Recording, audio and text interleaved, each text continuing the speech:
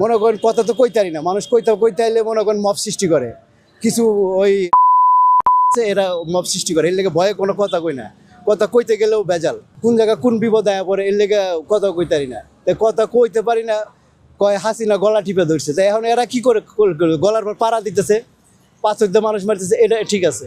এই বাড়িটা ভাঙছে মানে কি, এই বাঙালিগো গলায় ছুরি মারছে, এটা তো 32 নম্বর খালি হাসিনার বাড়ি না, এটা তো মুক্তিযোদ্ধাগো যখন করে 7 কোটি মানুষের ছিল এই বাড়িটা, তখন সময় কর। এখন তো মানুষ এগুলি বোঝে নাই, হেরা মব সৃষ্টি করে ভাঙছে জায়গা। আমি কই যে এই বাড়ি যদি হাসিনা আল্লাহ বাঁচা রাখে, তো সৈন্য ইট দিয়েই বাড়ি হবে, এই সৈন্য ইট দিয়ে বাড়ি হয়ে যাব। আমি একটা রিস্কাওয়ালা ছোটো মানুষ কয়ে গেলাম, যদি হাসিনা আবার ফিরে কোনো দিন আসে, যদি আল্লাহ তারে বাঁচায় রাখে, আমরা তার লেগে দোয়া করি যে বাইচে থাকুক, হ্যাঁ আরও 100 বছর বাইচে থাকুক, আল্লাহ তারে বাঁচায় রাখুক।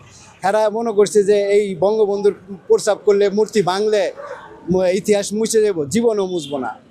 এগুলি আরো মানুষের কাছে ক্লিয়ার হইতেছে, রাজাকারের বাচ্চাকে আরো ক্লিয়ার করতেছে মানুষ, যে ওরা কত বড় ভয়ঙ্কর রাজাকার, যে এই দেশের পিতারে মানুষে ওরা মনে করেন যে প্রস্তাব করতেছে। ওরা জালিমের তো খারাপ, ওরা দুশ্মন, খালি জালিমের দুশ্মন না, ওরা এই দেশের শত্রু, এই দেশের বিশ্বাসঘাতক, গাদ্দার।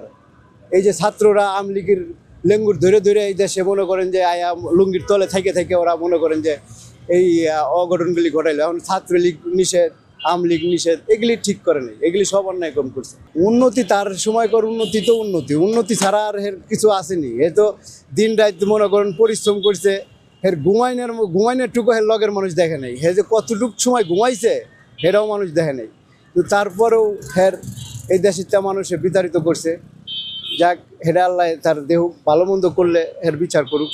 তবে কিছু আওয়ামী লীগের লোকের জন্য এইগুলি ক্ষতি হয়েছে, কিছু মন্ত্রী লেভেলের লোক, যেমন কিছু পাওচাটা কুত্তা ছিল, হেডির কারণে হয়েছে, এটি আওয়ামী লীগের ভিতরেই ছিল, এগুলি ওরা থাকিয়া ওরা এই নষ্টগুলি করছে। নাহলে এত বড় নষ্ট এই দেশের করতে পারতো না, এই দেশ এত ধ্বংস হইতো না। এখন যে পরিমাণ ধ্বংস হয়েছে, এত ধ্বংস হইতো না। ওনার ব্যবসা লোকে ওই আপনার সুদে ব্যবসার লোক এই দেশ চালানোর মতো তার ক্যাপাসিটি নেই। এই দেশ যখনই গরিব রাখতে পারবো, এর সুদ বেশি করে ছাড়তে পারবো, কিস্তি ভালো করে দিতে পারবো, গরিব মানুষের কিস্তির ভিতরে হওয়াইতে পারবো, 3-4টে কিস্তির ভিতরে হওয়াইতে পারলে হ্যাঁ জীবন শেষ। এর বাল বাচ্চা লেখাপড়াও করাইতে পারবো না, হ্যাঁ ভাতও খাইতে পারবো না, এর চিন্তা ভাবনা এরকম কিছু।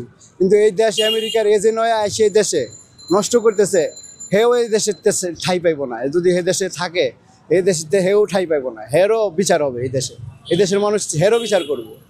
এই দেশের বিচার ছাড়া কাউকে ছাড়া হবে না।